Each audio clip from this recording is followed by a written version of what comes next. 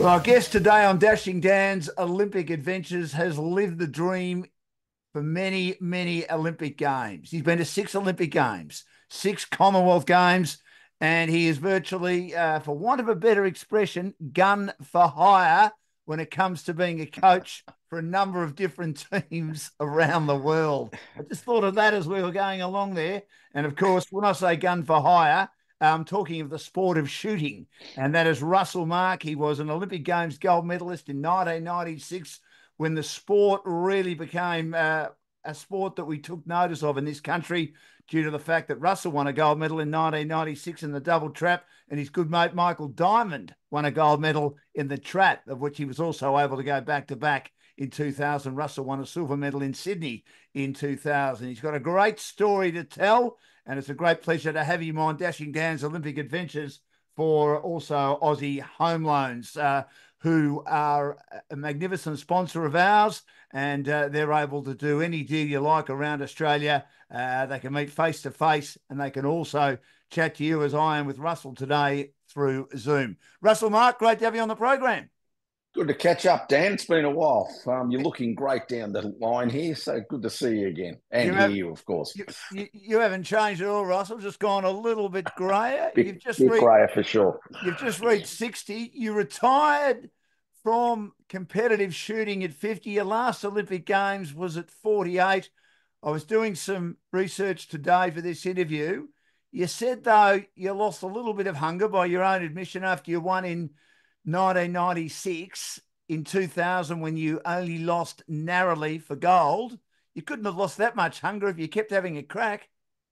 Yeah, it's a good question, but one I've always answered honestly. I don't ever think I ever competed at the same level again after I won the Olympics in '96. I won a world championship the following year, and of course, you just mentioned I went on to win another Olympic medal, but I was never quite the same. And for whatever reason, I guess hunger was certainly a part of it.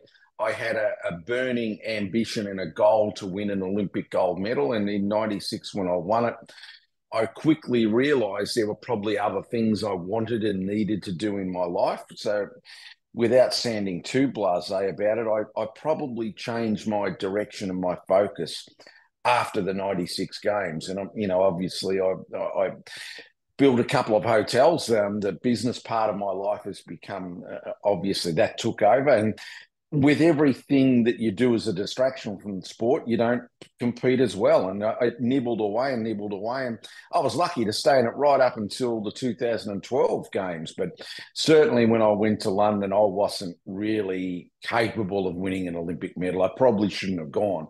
But I made the team. It's very hard when you make the Olympic team to hand the spot back to the next person. So it wasn't until I got to London and realised how far I was behind some of these younger guys that I probably said, the road is going to end here. Wasn't a bad Olympic Games to go to, though, London, was it? I mean, you went to a number of different cities, and obviously the games changed the longer you're in the sport, but London was an outstanding Olympic Games, wasn't it? Yeah, it was. And it's funny that you should mention it. It was probably the worst Olympic game for me as a competitor, but I think London ran the best Olympic Games of the 6 that I went to as a competitor, and won in 2004 with the Olympic team as an athlete liaison officer. I thought London was the best of those 7 games. People rave about Sydney, but the village in Sydney was nowhere near Sydney. It wasn't really that great. We were stuck out in the middle of nowhere. So Right. it was only the Australians that thought that Sydney did the greatest job for the athletes. So it probably was nowhere near the best Olympic Games. How far out of Sydney were you? We were at Parramatta, I think the Olympics village was. It was miles away.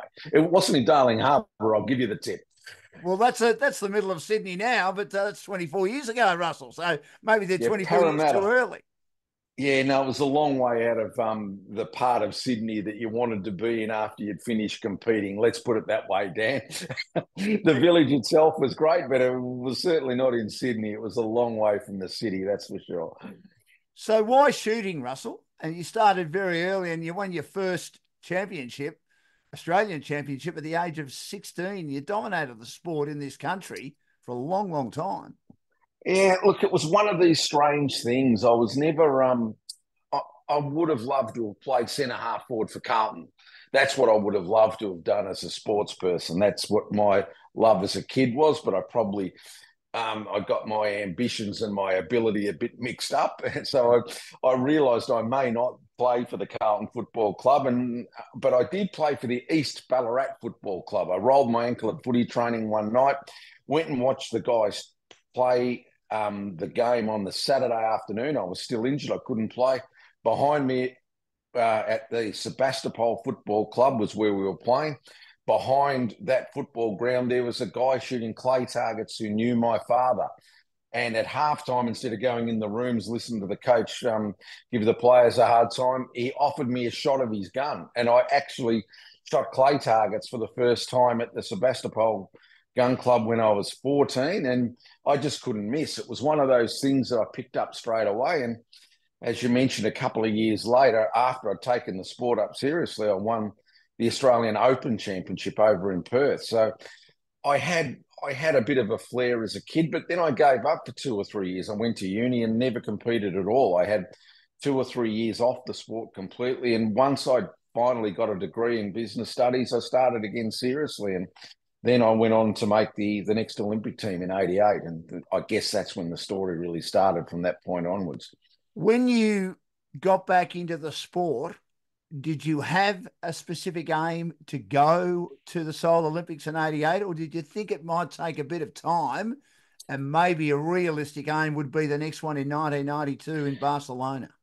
Yeah, it's a good question. I went to the trials for the '86 Commonwealth Games team, and we were only allowed to send two athletes, and I finished third. I was actually the first emergency for the '86 Com Games. I started again in '85, missed out on the team in '85. I was still a bit too raw for that. I think I was finished ranked about sixth nationally in '85, ranked third in '86, and then by '88 I was ranked number one.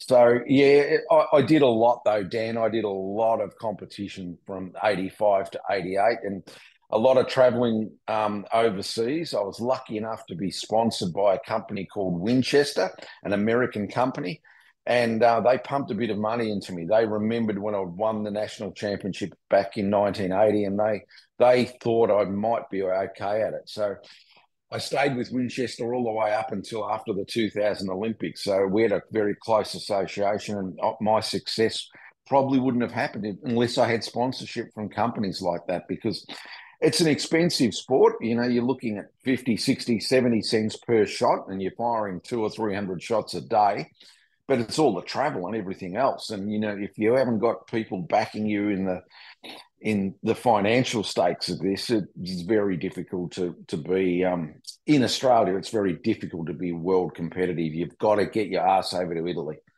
So, Russell, if you didn't have that financial support, would have your story been different? Oh, for sure. I wouldn't have been able to compete internationally in '85, '86, and '87. They were the years that really they were building blocks of my career with those 3 years. And I was traveling to Europe regularly. And, you know, I was competing half okay for a young guy. And when I fronted up in Italy, and I finished in the top 10 in one of their biggest events over there in '85, and then an Italian company called Beretta, which are the world's biggest manufacturer of sporting firearms. They then sponsored me, and that really made my life a lot easier. So without that help, Dan, no, I don't think I would have, because I would have been a good Australian competitor, but I wouldn't have been a good international competitor. And you just got to go to the place where they're better than you. And Italy, for me, was where it was all happening. Russell Mark is my guest. He won a gold medal for Australia in shooting in 1996 in Atlanta at Dashing Dan's Olympic Adventures. And we're here for Aussie Home Loans, who can look after any loan you like, whether it be an equipment loan, whether it be a sporting loan, whether it be a loan for a boat, loan for a new house, first home buyers, fifth, sixth, seventh home buyers, whatever you like. Get in touch with Aussie Home Loans. So you got an opportunity as a pretty young bloke to go to Seoul, to be part of the Australian Olympic team. What was that experience like? Yeah, it was a bit mind blowing. I didn't realise what I was getting myself into. I didn't compete too badly in Seoul. I think I finished 15th, which wasn't terrible, but no one remembers you for finishing 15th. I'll give you the tip there. But I then realised what the gap was between myself and the best in the world. And, we're only 2 or 3 points out of 200, but that's a lot. I had to bridge that gap. And I did that in the next 4 years. I really ramped it up. And by 91, I was winning World Cup gold medals. I won Australia's first ever World Cup gold medal at the event in Los Angeles the year prior to the Barcelona games. And it really put me on a good road from there on. I always thought from that moment on, it didn't matter who was in the field. I was a chance to be competitive at it. And Michael Diamond found his feet. He started competing internationally in 91 as well. And without Michael, I wouldn't have been anything, because Michael, he was a really good person to have in the team, because he always kept making the bar higher. And for a young guy, and Michael's 8 years younger than me, but for a young guy like that to be in the team was great for all of us. He really made the standard world class. Well, he was the clay target shooter. You concentrated, sorry, the trap shooter. You concentrated on the double trap. Why was double trap more your specialty? Because when I was a kid in the domestic disciplines of clay target shooting here in Australia, there was an event called Double Rise, which was an event that I could handle really easily. But double trap didn't get invented onto the international scene until 89, and it wasn't in the Olympic roster until after the Barcelona games. So I had to wait until 96 before it was an Olympic event, even though we shot it at World Championships and everything else. Once it became an Olympic event, I said to Michael, I said, no matter what, I'm going to follow this. I'll try and keep competing in the single trap event as well. But I knew straight away, if double trap become an Olympic event, that'd be the event that I'd be better at. And I think Michael was disappointed in some means. He actually shot double trap as well. We both competed at the Sydney Olympics in both disciplines. That was the only time, I think, at Olympic level we both competed in both events. But he was good at everything. So he pushed me along in that event as well. But when it became an Olympic event and there was an Olympic gold medal on the line, I changed my training from 100% pretty much on single trap to about 80% for double trap and 20% for single trap. So the lure of that gold medal obviously meant a lot. And I just thought in double trap, I had a bit of a head start because I'd been shooting 2 clay targets in the air for a long time. Excuse my ignorance, but did you have to change your training methods that much in regard to double trap compared to single trap?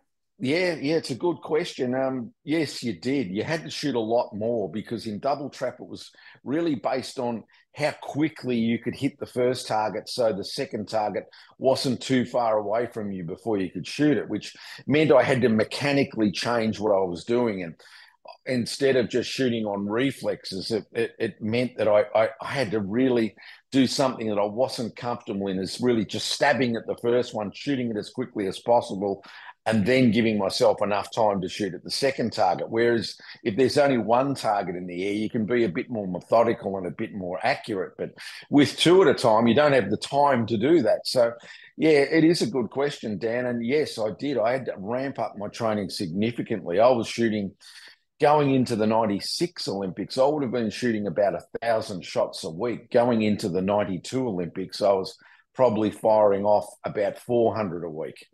Wow. So you Big difference. basically doubled up your training, haven't you? Do you know why? I mean, it was at the Olympic Games in the early 1900s, the double trap. And we didn't see it again, as you say, till 1996. Do you know why it had such a long hiatus before returning?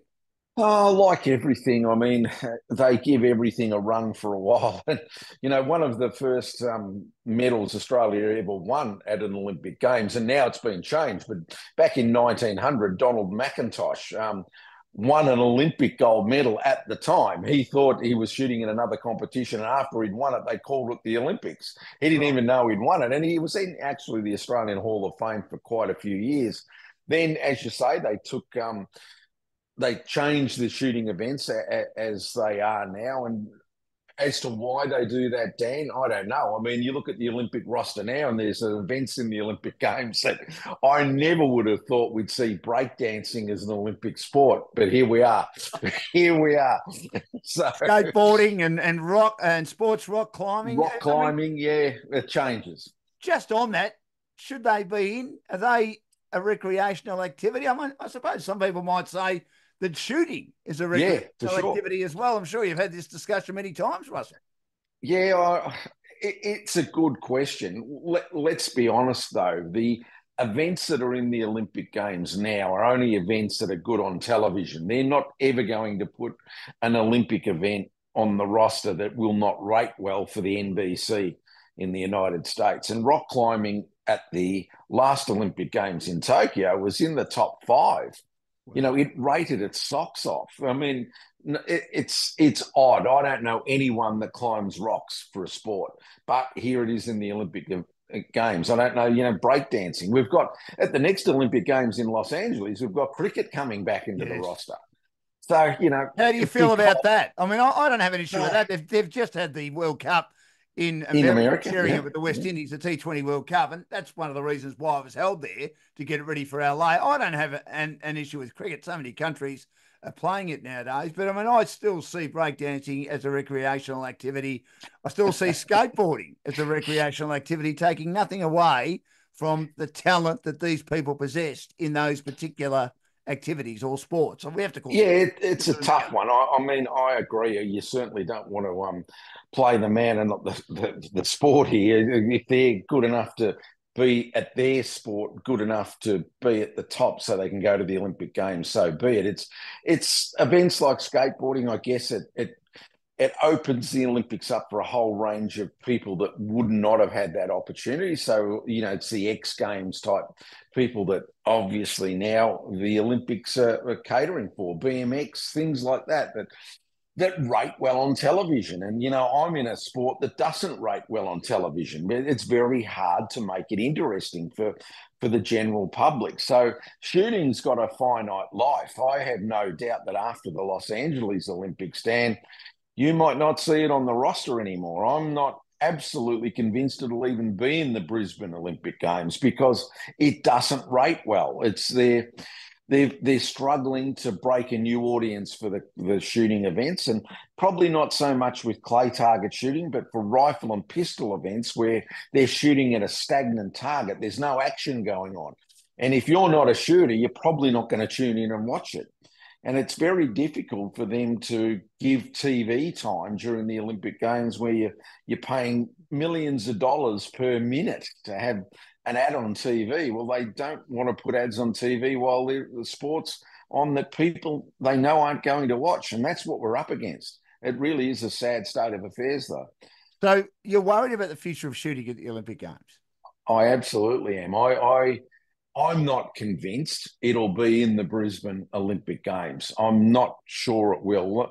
Let's face it, Dan, when Melbourne were going to run the Commonwealth Games in 2026, originally shooting wasn't in it. It wasn't in the 2022 Commonwealth Games in Birmingham. That was taken completely out of that. It wasn't in the Melbourne roster to start with. Then they added a couple of events, not the full section of shooting events, and then of course the Commonwealth Games were cancelled altogether. But yeah, it's difficult because they're having trouble selling it to TV networks, and it's not really an anti-gun feeling. It's not that at all. They're having trouble selling TV time for it. Whereas in rock climbing and skateboarding and BMX, they have no problems at all. I prefer to watch the shooting. I did actually call it, and I loved it in London in 2012. Absolutely loved it. I thought it was fantastic. With the greatest respect to those other sports, because I know a bit more about it, I prefer to watch the clay shooting and double clay shooting than those other sports. But then again, there's a bit of action. If I knew as much about those, I'd watch them as well. It's a tough one, but that's what it's based on, Dan. It's can they sell TV advertising for that event? And it's nothing more or less. It's come down to that. It's incredible, isn't it? Russell Marks, my guest, Dashing Dan's Olympic Adventures for Aussie Homelines, and they've got over 25 lenders around Australia. So you went in 88, you went in 92, it's your second Olympic Games. What was it like in 88 and then in 92 to be able to, I suppose, rub shoulders with athletes from other sports, not just athletes from shooting, but athletes from other sports? Yeah, in the Olympic Village, though, to be honest, Dan, you're so focused on yourself, you don't really care who else is in there. At the 88 Olympics, I stayed right through to the closing ceremony. At the Barcelona Olympics, I was only a couple of points off winning that one. I went dangerously close. It was really tight, that one, but missed out and went home the next day. I didn't hang around. And as I did from every Olympics other than that. I just found that you put so much work into that event when it was over. I just didn't want to stay. So I didn't actually sit around and watch too many of the other events. Um, that was just me. I was away for so long. When the event was finally over, I just wanted to get home. But I do remember in Barcelona sitting down having dinner one night with Jim Courier, who was sitting on his own, and I went down and sat opposite him. Didn't even know it was him until we were halfway through the meal, and he said, I see you do shooting. And then he just started talking about where he used to do a bit of shooting as a kid, and I realised who I was talking to. It's odd. It's like a zoo inside the Olympic Village. It's certainly in the food hall. You see a little group of gymnasts come through, and then the Ukraine women's volleyball team come through after them. It's a classic herd sort of situation in there. You see all these groups of people that are unbelievable to think you can be one of them. But I've got to admit, if you start getting distracted by that too much, you lose the fact that the Olympics is just another name for a sporting event that you've normally competed in. If you make it out to be too much, it becomes very difficult to win it. And I was very good in the end, I think, of trying to block it out and just treat it like every other event. And I was pretty proud to say that I was never overawed by the Olympics. I sort of worked out how to cope with it after the Seoul event. And I think that's the trick. If you're worried about that you could be sitting beside Michael Jordan or you go autograph hunting, you're probably not going to win one yourself. In 1996, you went to Atlanta, and Wolf Creek, love the name of the venue. One of the great names, I reckon, of any venue that we've had at an Olympic Games, as far as I can remember. And you got an opportunity to win gold. You went really well in the preliminaries. How are you feeling when you were going into the final? Did you feel like this was your turn? It was your event, as you did with the double trap in? Yeah, look, I guess famously I had a conversation with the coach of the team at breakfast that morning, and I did tell him I'd win it. The night before Michael Diamond had won. I mean, I'm rooming with the guy. He's just won the Olympics. I'm up the next day. You can't get any better than that, to be rooming with a guy that's just won a gold medal. And then the next day I was faced with the same situation. And I took a lot of things away from Michael winning. Absolutely, that made a difference, because when you are hanging around with eagles, you're not worrying about the turkeys. And when Mick's there lying beside you with an Olympic gold medal around his neck, it certainly motivated me. And yeah, the next day, it pretty much went to plan. I mean, I finished top in the qualifications, and then I really shot a great final. Everything went according to how I thought it should go. And I ended up winning it by 5 or 6 points. I think I won it by. And for the last 5 minutes of that event, I was in a situation where, no matter what happened, you were going to win. And I think that's the only time I've really ever enjoyed the Olympic Games, the last 5 minutes of that final. Because of the way the final's conducted, you are in a situation where you really can't lose. And then you got to sit around and look at the crowd and look at the people that have been with you for the last 4 or 5 years, and your teammates in the crowd. And that's the part that I can remember more than anything. I was in a bit of a daze until I got so deep into that final that I knew that no one was going to catch me. And then I enjoyed it. But I never enjoyed any of the Olympic Games competing, probably apart from the 5 minutes of that final, because it's not a really pleasurable experience competing at the Games. It's gut-wrenching. And if you're having a good time, it means you've either won it or you can't win it, one or the other. If you're in the process of trying to win it, you don't really enjoy it. So it is, as you say, it is hard to enjoy, because it's all about business, even though it's one of the great sporting experiences. I mean, I'm lucky to be there as a broadcaster, a bit different to being there as a competitor, but obviously the pressure's right on, isn't it?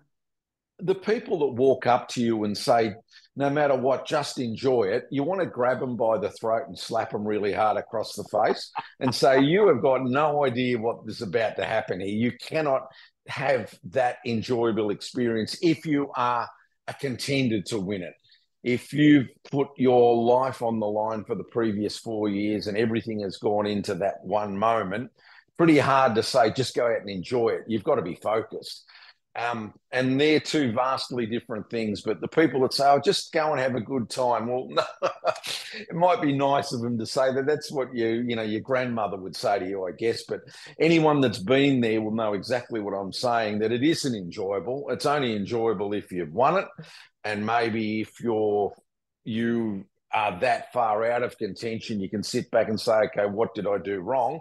But even then, I wouldn't find that enjoyable. But it's gut wrenching, Dan. There's no other way to say it. It's not like AFL footballers where you get next Saturday to respond to the way you played the week before. You've got to wait 4 years to have another chance, and that's a long time. And I'm lucky I was in a sport where I got other chances. But if you're a gymnast, you might only get one shot at it, and that's it.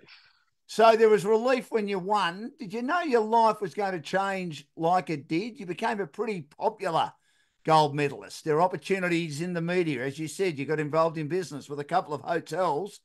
It was very different for Russell Mark, wasn't it, when you came back to Australia? You were pretty well known. And before then, outside the shooting world, you probably weren't all that well known. I was blessed, I guess, to win the 96 Olympics because we had a home Olympics coming up in 4 years' time. And there was opportunities to make some money out of that gold medal. And because there was only four of us that won individual gold medals in Atlanta. There was myself and Mick Diamond and two swimmers, Kieran and Susie O'Neill. We were the only four individual gold medalists. So there was a lot of demand and a lot of people looking for you to do things to help promote different things going into the Sydney Olympics. And I was very lucky to, coming from a business background, Telstra picked me up immediately to be their ambassador for their small business awards for the next 4 years. So they were a really good company, obviously, to have as a sponsor. And it opened up a lot of doors for me there.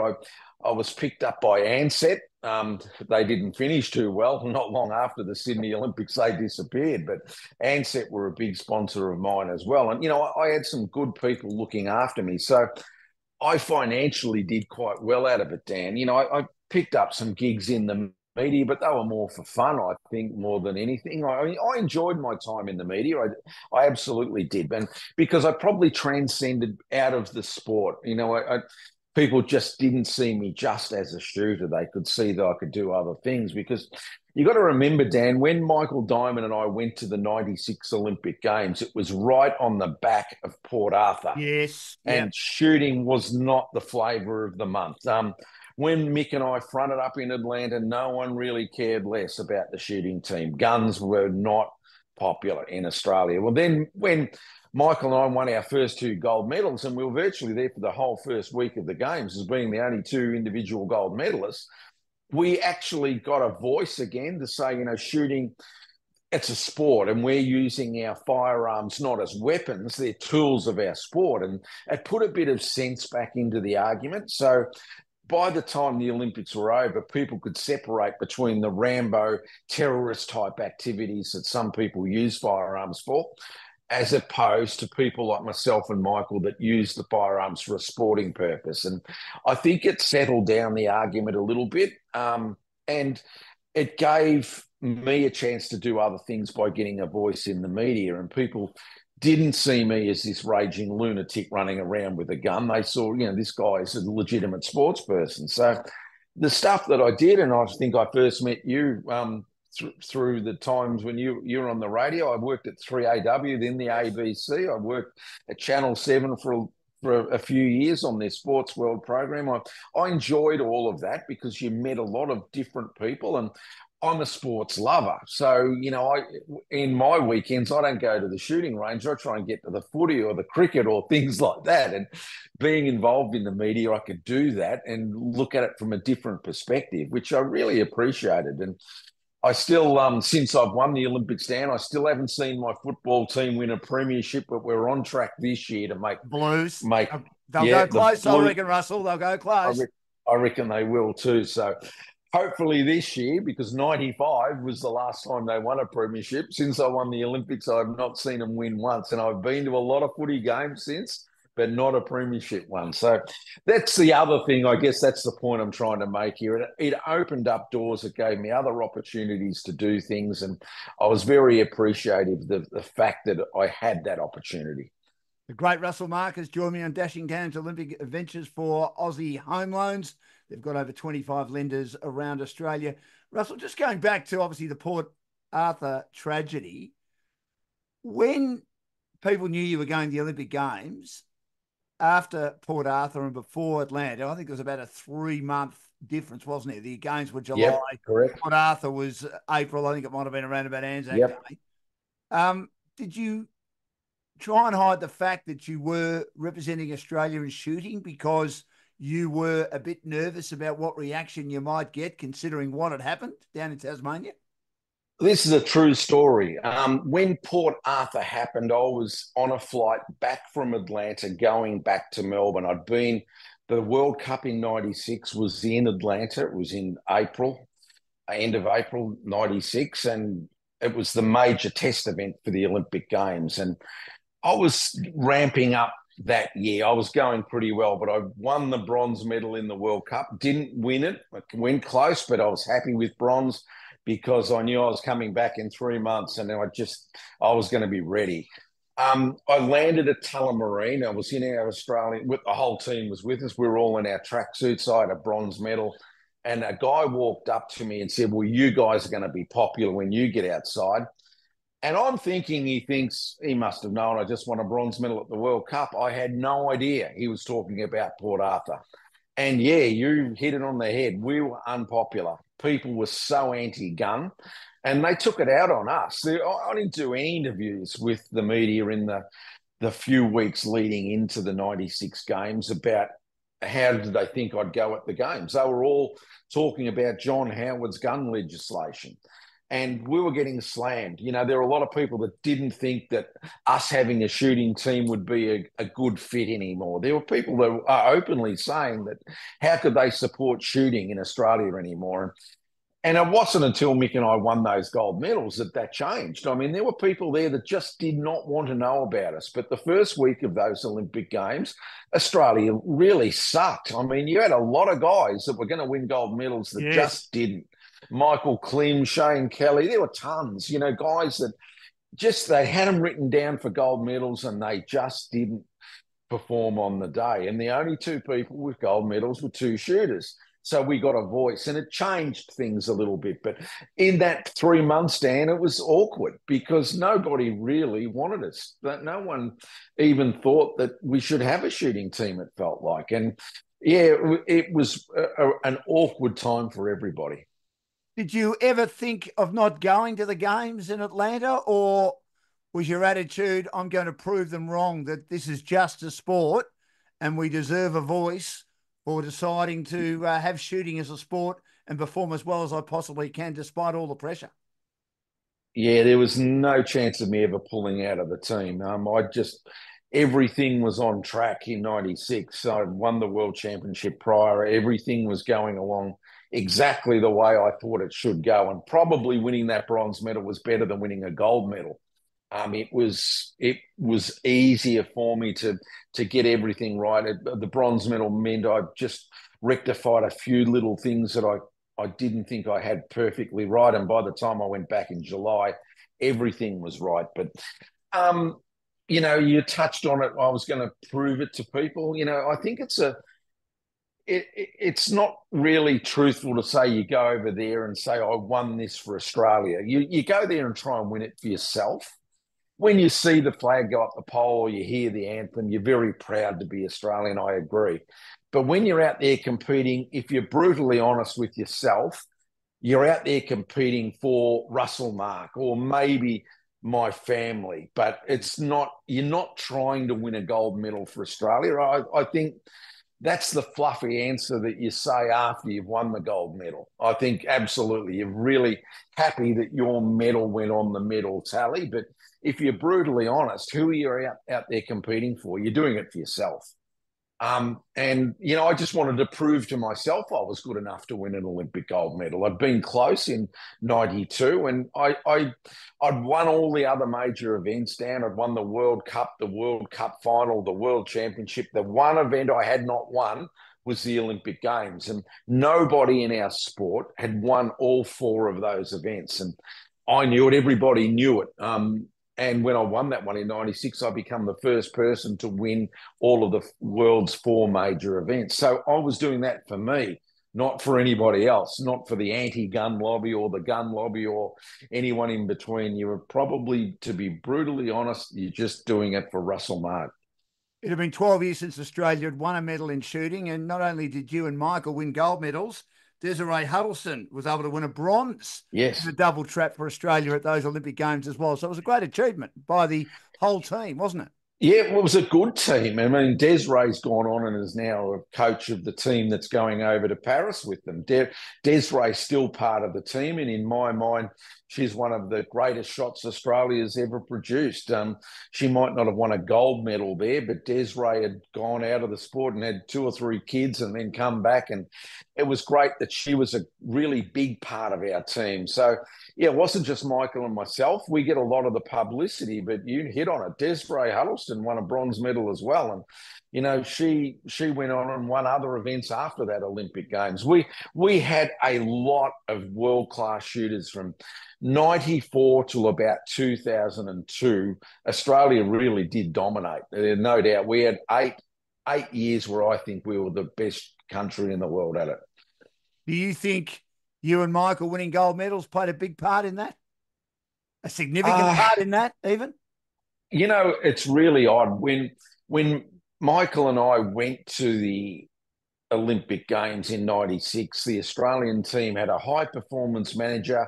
It had a part-time team manager, and that's it. There was nobody else. Now I think there's 16 or 19 full-time employees of Shooting Australia. Yeah. You know, the sport changed. The medals that we won, it brought a lot of money into the sport, but a lot of that money has been spent on administration, not on the athletes. And what I'm saying there echoes through every other sport. If you honestly sat down with a lot of other athletes of my era and you talked about how much money is now spent on sports administration as opposed to the athletes, it's scary. And I think they've got it wrong. I really do. I think they need to spend more money on the athletes and their day-to-day needs instead of spending all these money on community development officers and things like that aren't actually going to help you win an Olympic gold medal. But unfortunately, shooting is like all these other sports. Like hockey's another good example. Once they started winning, they just pump a lot of money in behind the scenes, and a lot of the athletes struggle a little bit. And, you know, I really think we need an inquiry to get the ratio right of our funding athletes to administration, because it's not quite right anymore. You and I had this discussion, I remember, on another radio station about 8 years ago. You're obviously still very passionate about that topic, and I take it in your own mind, not much has changed in the last 8 years. And we were talking about that before and after the Games in Rio. Yeah, it is a massive problem, and it's not just in the sport of shooting, it's in every successful sport. The Australian Sports Commission, this goes back to when the Institute of Sport broke up and there were all these people that needed jobs, and they were just pumped out into the sporting community, and they found jobs for them because they needed to obviously pay their mortgages off. But so did the athletes. That's what my argument's always been. You know, these people wouldn't have jobs unless they've got athletes winning medals at the Olympic Games. But a lot of the athletes, they're on the breadline, Dan.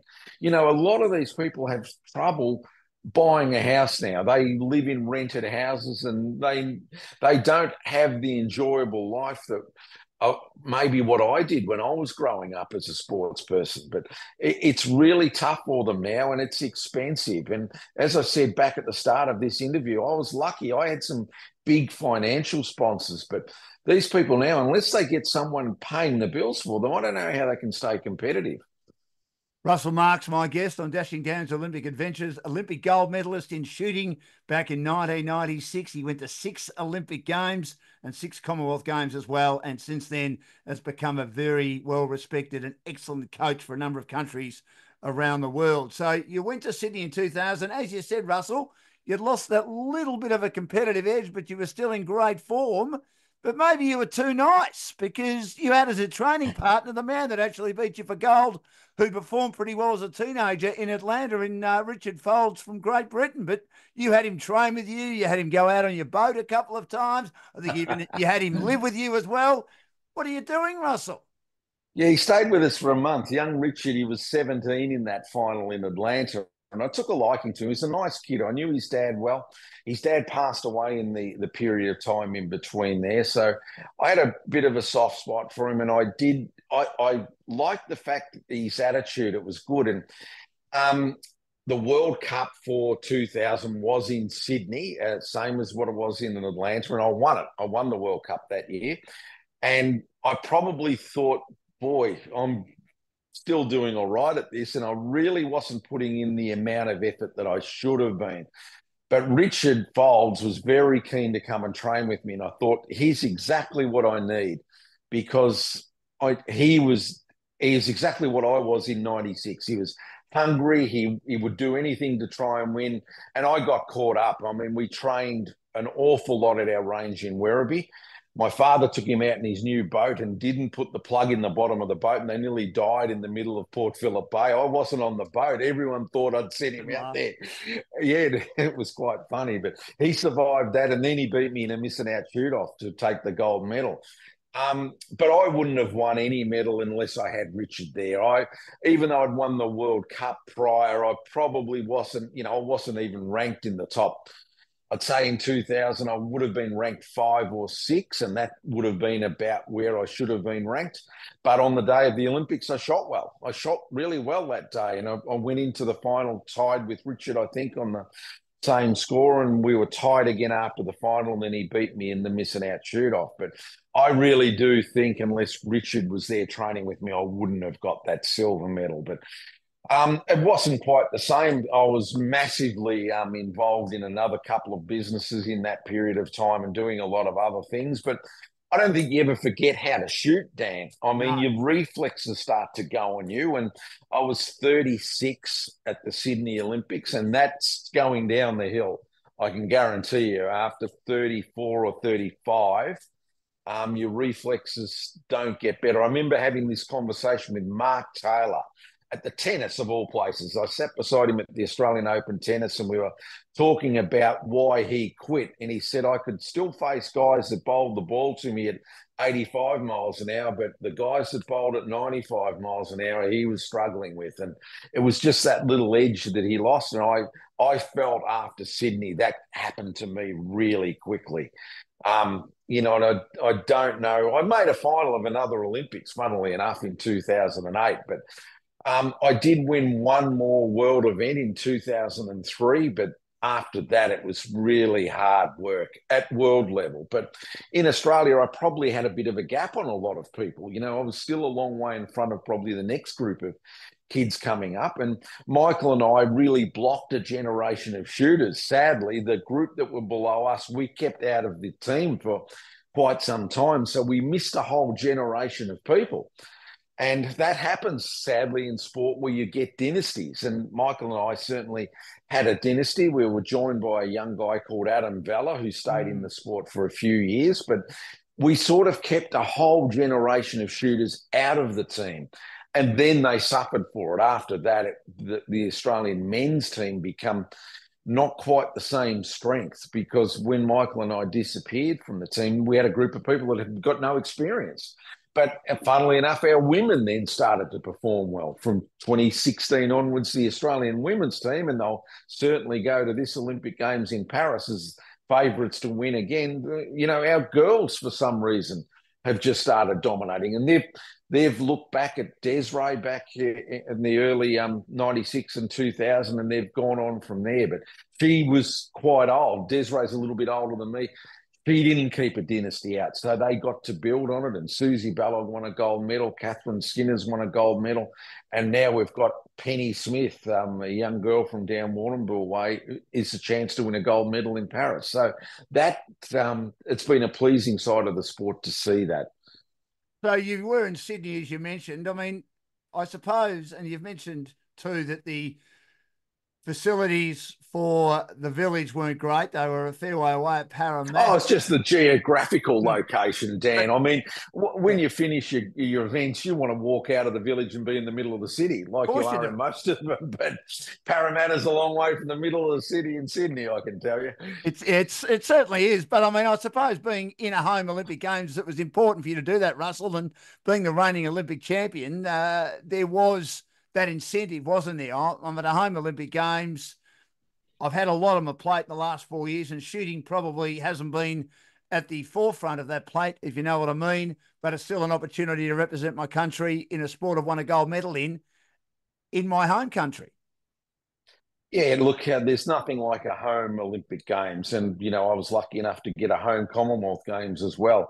Yeah. So, yeah, it is easier. Absolutely, your home ground is the best ground to compete on, and I'd spent a whole year. It felt like in Sydney, going back and forth.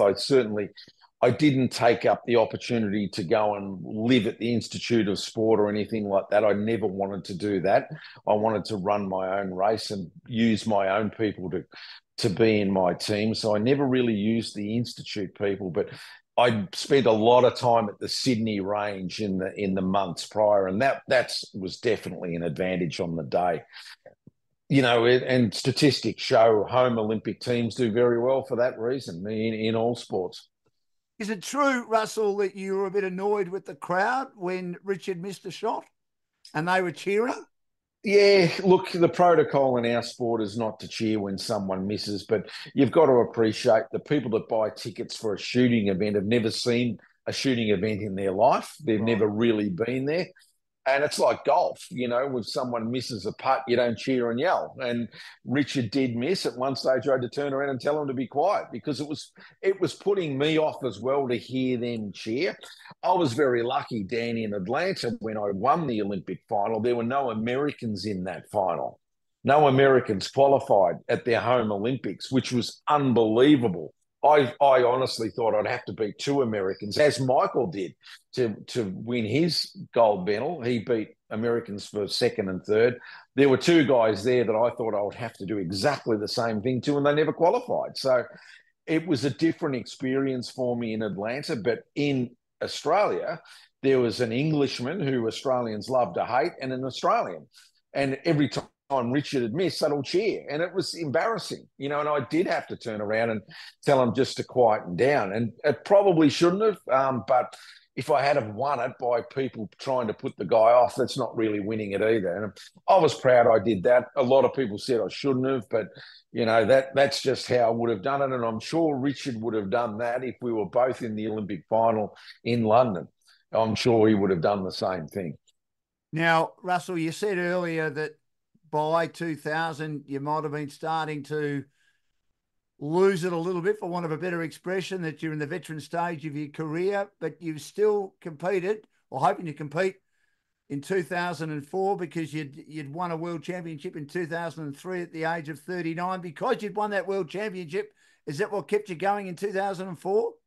Yeah, that was out of the blue that I won that event, a World Cup event. I was surprised I won it, but that put me in a good position.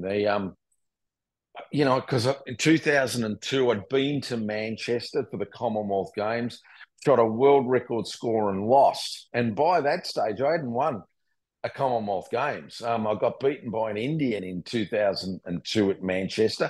I went over there to rain on Richard Folds' parade. We were both in the final. We were both looking at each other. I shot 49 out of 50 in the final. And an Indian beside me who went in one ahead of me in the final shot 49.50 and beat me. So that hurt. I mean, that knocked me back a bit because I really wanted to win the Commonwealth Games. As much as in the world scheme of things, it's not really that big an event, but I'd never won one. never won a gold medal. Michael Diamond the day before had got beaten in the pairs event by the Indians. Of all teams to beat us, the Indians in 2 days took 2 gold medals off me. So that hurt a bit. In 2003, I licked my wounds a lot from that event. That hurt me as much as any event that I'd lost. So in 2003, when I won it, I thought I've still got a bit of life left in me. So it made me continue on for sure. But of course, you didn't qualify for the Olympic Games in 2004, even though you were going pretty well in the early stages of qualification. Unfortunately, your gun let you down, Russell, didn't it? Yeah, $35,000 Beretta shotgun. I blew the barrels up in it through my fault. The little part at the end of the barrel is called a choke, and they screw in and out. It determines how fast the pellets will spread once they leave the barrel. I dropped it on the ground and I wound it back into the gun, but I damaged it, and I didn't realize that I damaged it.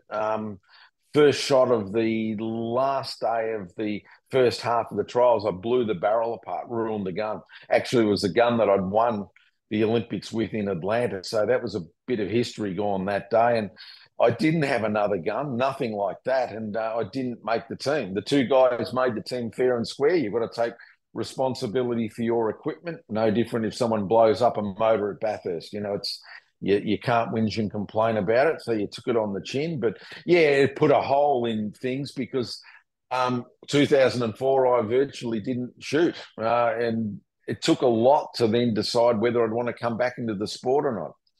So the fact you didn't have another gun means you couldn't have another shot. And again, excuse my ignorance. If you had another gun, would have you been allowed to continue? Or is it a bit like what happened to Shane Kelly when his foot fell out of the pedal? That was his chance. Well, it's all over. Yeah. The guns are so specifically made for you that just using any other gun wouldn't be the same. And it certainly wasn't the same. Once your gun's gone, you're pretty much done. That's life. They're all set up completely differently, and I had a quite a unique setup on my shotgun. No, that's life. I mean, I made a mistake and I had to wear it, but it kept me out of the sport for a year. And at that age, I was getting on a bit then. I was 38 then. Whether I wanted to continue on, it took a lot to convince me to come back in 2005. And I probably only come back in 2005 recreationally to start with, just to have some fun again. But we had the Commonwealth Games in Melbourne in 2006, and for some stupid reason, they just had one trial to pick the Commonwealth Games team for going into the Melbourne Commonwealth. One trial. Everybody that had qualified had had a score in the previous 2 years of over 140 out of 150 was allowed to compete in this trial. So I thought, why not? It's at a range I'd done a lot of shooting at Lilydale. So I fronted up for the trials and won it. And I probably upset a lot of people I fronted at those trials. But, I'd never won a Commonwealth game. So I thought I'll go to the trials. I put in a fair bit of work, Dan, behind closed doors in the months prior. Once I decided I'd go, I wasn't stupid enough just to turn up there without any practice. But I was probably not letting on to everybody how much practice I was actually doing back at my range at Werribee. But when I fronted up for the trials at Lilydale, I was in pretty good form and ended up winning the trials and getting into the team in first place. And of course, your wife, Lauren, very, very good shooter herself, won a number of Commonwealth Games gold medals. Was she training with you, and did that help motivate you, Russell? Yeah, it absolutely did. We'd had our first child in between 2005, and it made a big difference because we were doing the nursing capabilities behind the scene as well while we were training. But it did make a big thing. And Lauren won 2 Commonwealth Games gold medals going into that games prior. So she'd had 2 of those and I had none. And it was often brought up at the dinner table how she'd at least won more Commonwealth Games gold medals than me because she finished 4th in the Athens Olympics. She just missed out on an Olympic medal in 2004. So it made a big difference to have her there training with me. So that made life a little bit easier. So when the trials come around, it was no surprise to her that I'd shot okay in them. And I was probably a surprise I won them. I wouldn't have said I was the best shot in Australia in 2006. But myself and Craig Trimbath went on to win the Commonwealth Games, which was the only gold medal I ever won at the Commonwealth Games. I won a lot of other medals, but not a gold one. The only one was that one in Melbourne. What did it mean to you to win a gold medal in your hometown? Well, it was good because it was certainly a club that I'd competed at for many years. Since 1980, I'd been competing at that club. My father was still alive then, so he got to see me win. The only event he ever saw me win was that one at international level anyway. And it was enjoyable to win it in front of a real home crowd because a lot of the people in that crowd were from Hoppers Crossing. You know, they'd gone over there for the day to watch it. And yeah, I enjoyed it. And Melbourne did a good job of that Commonwealth Games. It was just so disappointing to see that we weren't going to have another opportunity to do it again because a lot of people rated the Melbourne Commonwealth Games as the best one ever. And I would have said that as well. I thought Melbourne did a terrific job of it. It was the wrong choice, wasn't it? With the greatest respect, I know you're a country boy, to try and put them in regional centres. Yeah, I didn't agree with that. Yeah. I didn't agree with the rural part of it. I think the venues are in the city. Sadly, the shooting venues, the best ones are in the city, and I'm sure track and field and everybody else felt the same way. I can understand, Dan, why they thought they needed to do that, but boy, that would have been expensive. And I think we've seen the last of the Commonwealth Games now. I don't think anyone will ever have them again. And that's a part of our sport because for events like shooting, the Commonwealth Games is the midway point between Olympic Games. And it's sort of a really good place to see where are you actually at in the world. And Australia does well at the Commonwealth Games, so it gets you into that winning mode. And the Olympics are just down the road after it. But now to have 4 years between major events, it's hard for a lot of people. And I know the Commonwealth Games isn't like winning a world championship or a World Cup event in our sport, but the fact that people place so much emphasis on it really got you into the mood. The great Russell Marcus joined me for Dashing Dan's Olympic Adventures for Aussie Home Loans, and they can look after any loan you like, especially for first home buyers. Russell, can I just go back to 2004? You didn't go as an athlete, but you went as an athlete liaison officer. You'd also had some experience coaching a prince in Brunei. It was an interesting period for you. And while you were over, is it true, as an athlete liaison officer for the Australian team, you helped the Indian team out as a coach and got your first crack at coaching? Well, it was. I mean, I was this guy's coach, the guy that beat me for the Commonwealth Games in 2002. When I missed out on the team in 2004, the first thing the Indian Olympic Committee did was offer me a job as his personal coach. And they offered me a lot of money to do it. And I thought, this isn't a bad gig. And I'd been coaching this guy for 2 or 3 months, and we'd had quite a lot of success. I got on well with him. He was an ex-sniper in the Indian military. This guy was a pretty cool customer. Rajabardhan Rathore, he's gone on to become the Minister of Sport in India. The guy is pretty well connected. But John Coates then contacted me and said, we've got a problem. We've had an athlete liaison officer pull out. Could you fill the gap? And I said, well, John, you realise I'm coaching one of the Indian shooters. And he said, we can work around it. So I did both jobs. So I roomed with John Eales and Peter Brock. We were the three in the room. And what was that like? What was that like? It was good. I mean, it was the first time I'd had a lot to do with Peter Brock, and great guy. And I actually roomed in the same room as John Eales. And John Eales was the athlete liaison officer for women's rowing. And it was the famous rowing race where the girl laid her oar down in the water and stopped the boat when they were going to lay down Sally, I think they called the lady. Sally Robbins. Okay. Sally Robbins. Sally Robbins. Well, John was the guy that had to look after that crew. So it was an interesting time. I had several other sports, but John had rowing, and it was an interesting time to spend it with John. And, you know, obviously then you become good friends with these guys. Obviously, very sad to see Peter pass away way too young, but John and I have remained good friends, and it's good memories from that month of at the time in Athens, and it was a good result for the team. What about coaching the Prince? Prince of Brunei was a funny story because I was sitting at my family had a real estate business, a big business in Werribee. It's still going to this day. I don't have anything to do with it these days, but we were getting 300 or 400 phone calls a day from people just wanting to speak to me. This is straight after the Atlanta Olympics, right? The Prince of Brunei, and one afternoon, a guy called up and said he was representing the Prince of Brunei and wanted to speak to the Olympic gold medalist Russell Mark. And the girl that was looking after being my secretary in the office said, look, he's not taking phone calls. Maybe give him a call back in 2 or 3 months' time because we're just inundated here. And the guy went back to the Sultan of Brunei and said, Russell Mark isn't taking our phone calls. The guy gave him instructions. The Sultan gave this guy instructions to ring Russell Mark back again. He called. He got Nancy, my secretary, on the phone and said, I'm representing the Sultan of Brunei. We are the world's richest family. We're increasing our wealth by 85 million US dollars an hour. I'd like to speak to Russell Mark. And Nancy, my secretary, made a career move and put the call straight through this time.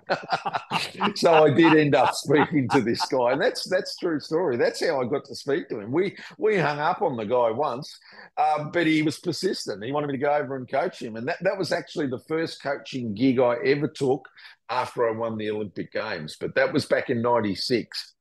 So you knew once London was held that was it for you for the Olympic Games. Yeah. But you obviously knew then that coaching was something you wanted to do. What makes a good shooting coach, and why have you been so successful at it with so many countries wanting you, often for a short period of time, to qualify teams? And you've got a great record of doing that. You've got Qatar into the Olympic Games. You've got India into the Olympic Games. You've helped Australia get in. We'll get to that in a second. They nearly missed out this time round, but they're in. So you've got a great record.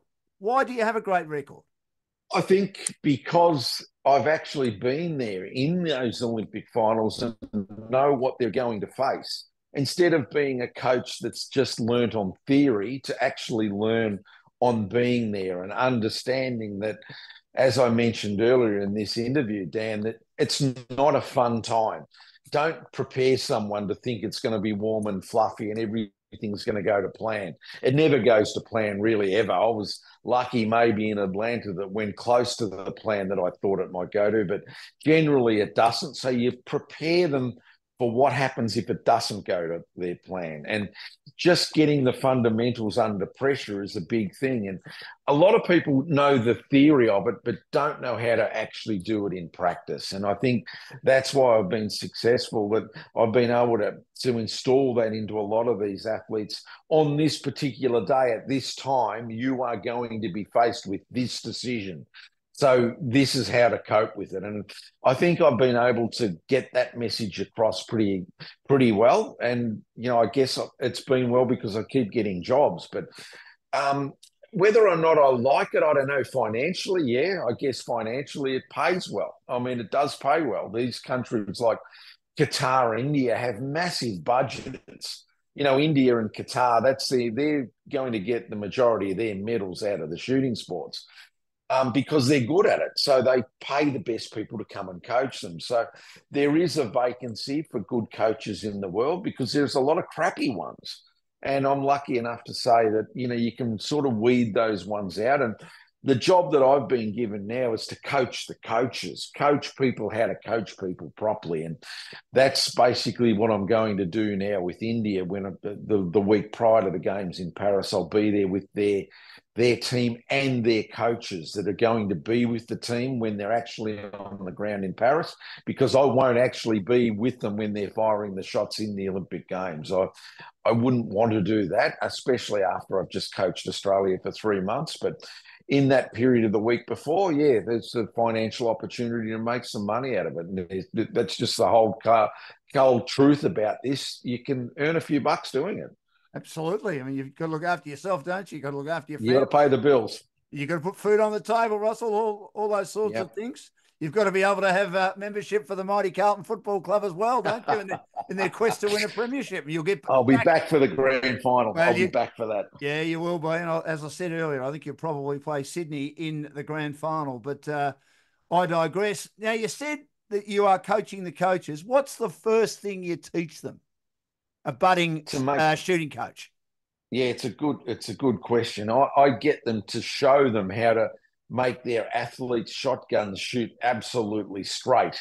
So many of them don't even know how to set the shotgun up correctly. And, I mentioned before, these are such personal tools that they just can't grab someone else's gun and have it shoot perfectly straight. So one of the things I spend a lot of time on doing is getting their gun to be perfect. And, I've probably got a bit of a knack to do that. But you've got to teach the other people to do it as well, because you're not always going to be there. And if they change their technique a little bit, or they even change their body shape, their gun does not shoot perfectly straight. So they've got to be able to change it. So that's one of the things I really specialise on. Now, you've been with the Australian team, as you said, Russell, over the last 3 months. For the first time, they missed out in qualifying straight through to the Olympic Games by not winning the Oceania Championships. New Zealand beat them. How concerned were you by that result? And was it an indication that the sport had gone backwards in this country, that they couldn't qualify through the Oceania Championships, which was generally a given? Yeah, it's a shock. I mean, it's the first time in the history of the sport Australia has not got automatic entry into the Olympics via Oceania. Australia's never lost that event ever. I guess sooner or later, Dan, New Zealand were going to find somebody to perform well on the day of the Oceania Championships, and they beat Australia's best shooter at the moment. It's a young guy from Yarrawonga called James Willett. But on this particular day in Oceania, back in November last year, a guy called Owen Robinson from New Zealand had the day of his life and beat James Willett and knocked him out of the Olympic team, which meant James Willett had to then go onto the world circuit this year and get one of the last 2 spots available, because all the spots had gone. There were only 2 spots left. So that's when I sat down with Shooting Australia and said, I'll work with these guys for 3 months. I did it free of charge. Wow. I didn't charge them 1 cent. And we went to Doha. Then we went to Baku for the World Cup, which was the last qualifying event. And James Willett had to win that event to get Australia into the Olympic Games. And he did. He won the World Cup in Baku back in May. And that's the latest we've ever been into the Olympic Games. Was only May this year we qualified. This is the men's team. The women's team qualified back in 2022. The women were a long way ahead of the men. But that goes back, I guess, to the dynasty that I think Michael and myself and Adam Vella as well created. We created a bit of a void. And these guys like James Willett now are just coming out of that. And now Willett won that event in Baku. You watch him closely in Paris. He might go on and continue this form that he's in. The women, absolutely, they're going to be the ones to beat. But Australia has a good record at Olympic Games in shooting. Don't ask me why. We just seem to go well at that event. Because at world level, we probably aren't quite the same at world championship level. But Olympic Games, there must be something about it that we sort of rise to the occasion for. And I'd be surprised if we don't get an Olympic medal out of this team in Paris.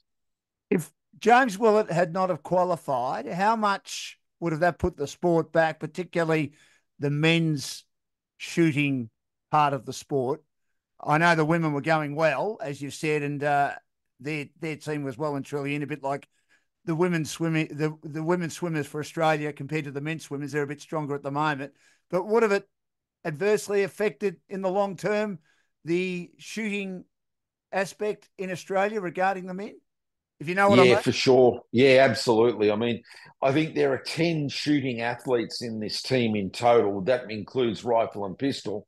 9 of them have been to the Olympics prior. There's only 1 new person in this team out of 10 athletes that are qualified, because Olympic experience counts for so much.